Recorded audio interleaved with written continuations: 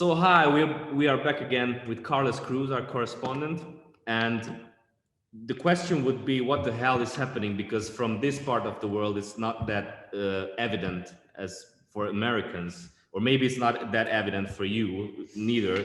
But to me, it seems that there seems to be sort of a new coalition behind the President Trump, which is a working class coalition, which seems to be quite colorblind. So it's black, Latino, white people or all gathering behind Trump, which is interesting because the liberal media and journalists always said that he is dividing the country through race and race issues. So what happened?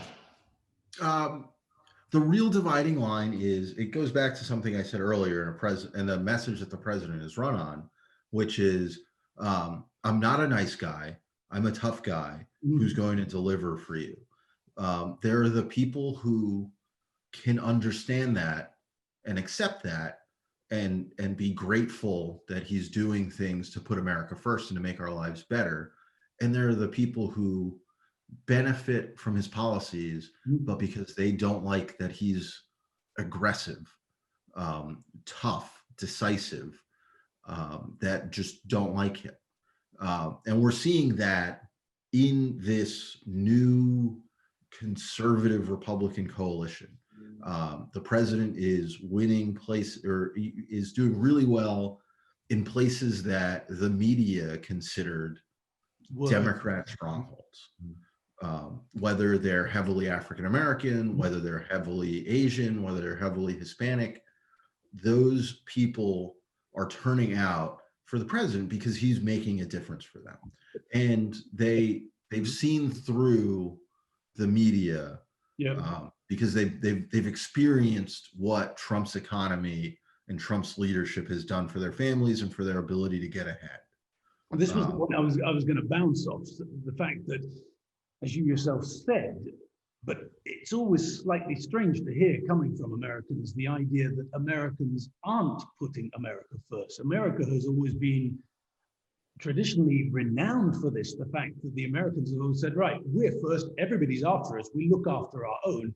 And everybody said, well, this is the example that all nations should be taking, because if we're not going to look after ourselves, then who the hell is? And you sort of say, once again, we get back to the idea that all these people who dislike Trump, who don't like his hair, don't like his skin color, don't like the fact that he goes into the sunbed too many times a day, doesn't matter. You sort of say, well, is your life better or worse? Have you got more money in your pocket or less? Surely that should be the bottom line. At some point, you're going to have to grow up and stop being this nice little immature, fluffy, cuddly 16-year-old saying, oh, no, I prefer the color pink. Fine. Prefer the color pink, but when it comes down to how many dollars have you got in your bank account, how many dollars have you got in your pocket, can you buy a car, can you put down a payment on a house? Surely logic and common sense have to kick in the door and say, right, stop with all the fairy tales about the Democrats. You're gonna have to deal with Trump. And that's kind of why we're seeing this realignment.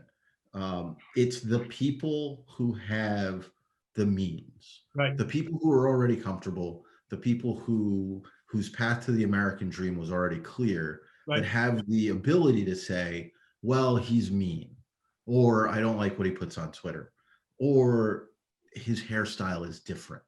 And it's the people without means. It's these new Hispanic voters. It's these African Americans who either didn't vote or never voted for a Republican before, who start to see their lives getting better, right, and start to so people on both sides of that success divide, or the means divide, have siphoned themselves off in terms of the elites that you used to think leaned more Republican, have the ability to look down their nose at the president and say, well, I don't like that guy, so I'm not going to vote for him. And the people who never would have thought about voting for a Republican ever before now say, my life's getting better. I can pay for my kids' college. Right. I can see them being successful. Right. I can see more opportunity to live that American dream, to buy a home, to have a retirement account. Those people are saying, well, I don't care that he's a Republican and that the media tells me that he's racist or he's sexist or that he hates me, my pocketbook is doing better. And I'd like that to continue, so I'll give him another chance. Exactly. Isn't that a little bit reminiscent of what President Reagan did in his time? It was sort of a realignment as well, wasn't it? So it's quite close. What's happening? Yes, Reagan brought along, the Reagan Democrats. It was the beginning of the white working class migrating to the Republican Party. It's almost the same blueprint. A lot of charisma, a lot of I'm putting you first, and a lot of people seeing that happen. And the media talking about the guy that he's such a stupid fellow and he's doing a great job, and so that's the issue, isn't it? But I mean, also we come back to that again. I'll tell you, fine, we've got the idea of Reagan and Reagan actually bringing some of the Democrats over. But I mean, when we get back to the basic thing, I mean, it was Clinton, wasn't it? He said it's all about the economy, stupid. It's like, yeah, it is. So here you've got a Democrat telling you this a few years back. What, you've already fucking forgotten? Christ almighty! I mean, go on, take some ginseng, get the memories. So go. It's all about the economy. Politics are nice. Politics is fine. It's like the cherry on top of the cake. But without the economy, there is no cake. So, work it out. And it continues to be. I mean, they call it a culture war, but it's really the left has become more about these tangential pseudo-global issues that it's hard for. They're concerned about climate change. And their answer to climate change is instituting taxes, and which is always very, very popular. It's hard for the average American to say, like, well, the climate's changing, but I don't have money to pay this tax. Like, where's it coming from? So they've made a calculated error to appeal to the extreme left, who's driving all of the decisions, with these crazy theories about packing the Supreme Court with justices so that they can ensure what guarantee they want. Right. With these outlandish climate change taxes, that'll make beautifully. And all of these outlandish schemes tend to apply only to the North Americans, rather than, hey, where'd you go? We're here. Oh, there you are. Are you there? I can hear you, Carlos. I can't see you. Yes. Can you hear us? I can hear you. Can you see us? I can see you.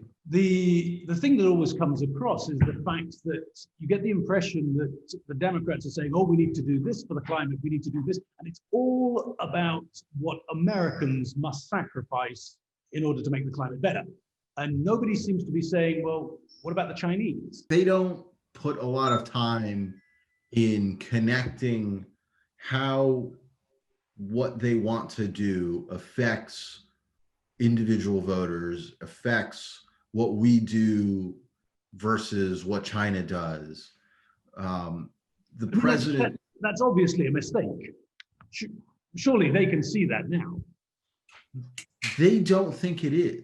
Oh, okay. And I don't think they'll see that till next week, when sunk in that they're continuing to lose, and they're losing in new and what I'm sure is confusing ways for them. Right. They won't realize till it's too late.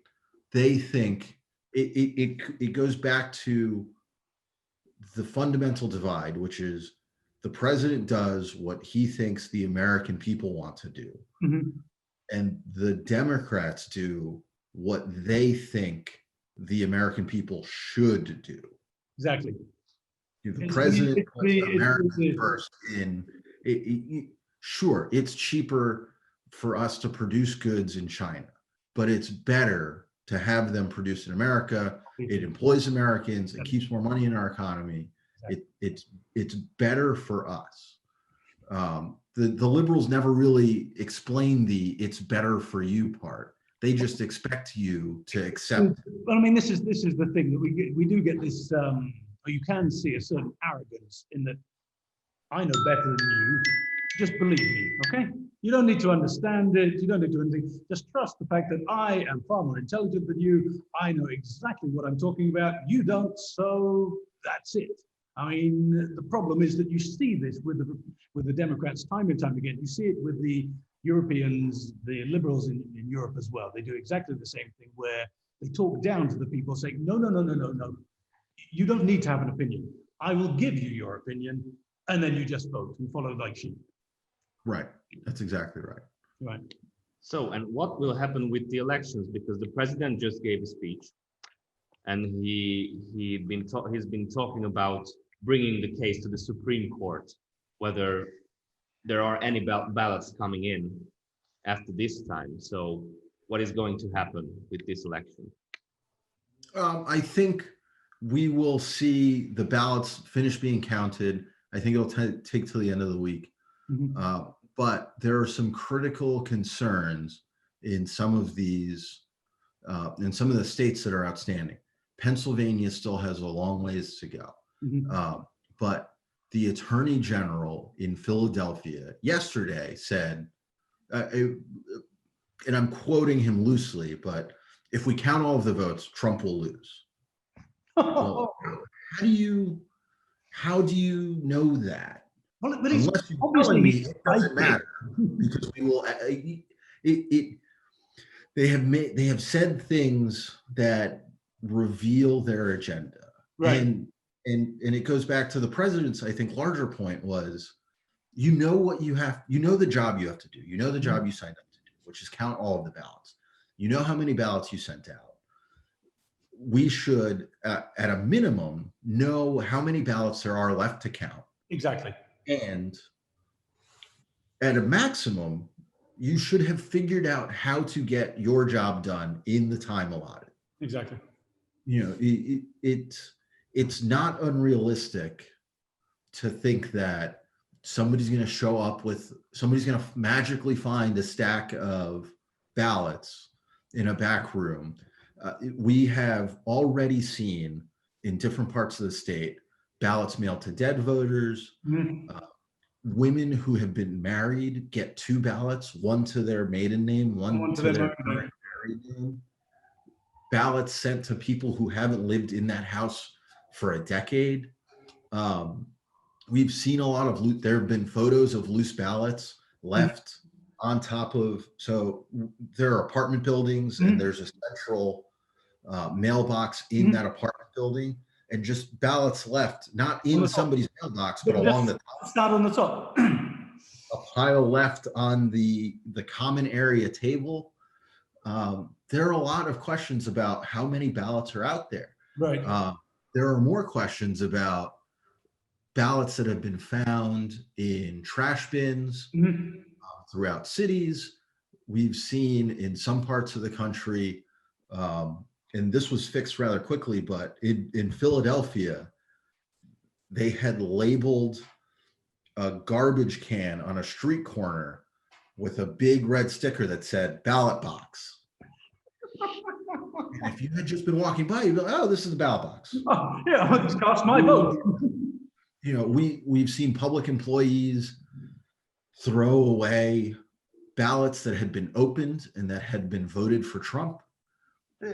So the more time, and I don't think he's necessarily alleging that there's some grand scheme, right, but I think we've seen that there are problems with voting by mail, and that the more time that the ballots are left open or left out there lingering, the more likely something weird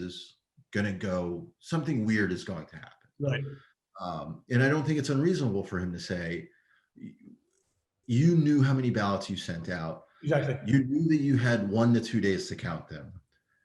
You should have figured out how to do your job and serve the American people, and allow for everybody to have the maximum amount of faith that the election was conducted 100% by the book. Okay, so counting out the method of fraud, is there any means with which the Democrats can win this election? I think in some of these states, there's still a lot outstanding. We've seen some networks call Arizona for Biden. We think there are too many ballots out there. I don't think we're saying we know we're going to win Arizona, but we're saying there's still a lot of ballots to count. We Right. might win it, we might lose it. You're not in a position to make that decision right now. Mhm. Pennsylvania, the president's got a healthy lead with 700,000 votes. We don't know how many ballots are out there. I've heard 467,000. I've heard 636,000. I've heard close to 1 million. You know, the math, depending on where you are, depending on which one of those numbers is accurate, the math, it goes from unrealistic for Biden to win to possibly realistic. Right. You know, if there are 1 million ballots out there and they're all from urban centers, and Biden is doing as well as he currently is, which he's taking 7, 8, 9 out of 10 ballots, it's possible for him to catch up. In Michigan, a lot of the urban centers are still out. I haven't done the back of the envelope map, but the president's doing well in Detroit and better than expected in some of those urban centers, but there might just be the raw number out there. But I mean, if you were to go with your gut feeling, how would you call it? I think I came into tonight, and I think some people on the campaign came into tonight where, you know, if it wasn't called for Biden by midnight, every minute that goes by after midnight, it's more likely that the president's lead is going to hold. Right. It needed to be a landslide where we saw the suburbs fall away and we saw some swing states go out of play early, and that just hasn't happened. The president has held most of his states from 2016. Right. And the results have been tracking slightly under 2016, but like right along the line where we really expect to do just as well, if not slightly better than 2016. So right now, going into the night, I was wondering if at midnight, you know, we would have lost a big state, and some of these polls might have been right. But we've seen the polls be wrong. Yep. We've seen every data point that people relied on to say the president's going to lose be wrong so far. And with the math looking the way it is, and the president having a few different paths to victory, I think the president's going to pull this one out. It'll be close. We expected it to be close, right? But the math looks really good right now. Good to hear. That's good news. Yeah. Well, thank you very much for your correspondence, and maybe we catch up sometime later, but I think we all can use a little bit of sleep right now. Well, no, not you. You've been drinking energy drinks all bloody night. I think I'm It's going to be about 2 weeks before you sleep again, Carlos. I think we'll know some more, I think, within the hour, but a lot of these urban centers said that they're not going to start counting till 10 a.m. or noon tomorrow. So I think there will definitely be some news in the next 12 hours, and we can visit again and see where we're at. Magic. Good idea. Magic. Thank you very much. Right. Good to speak to you, Carlos. Thank you. See you later. See you later. Bye.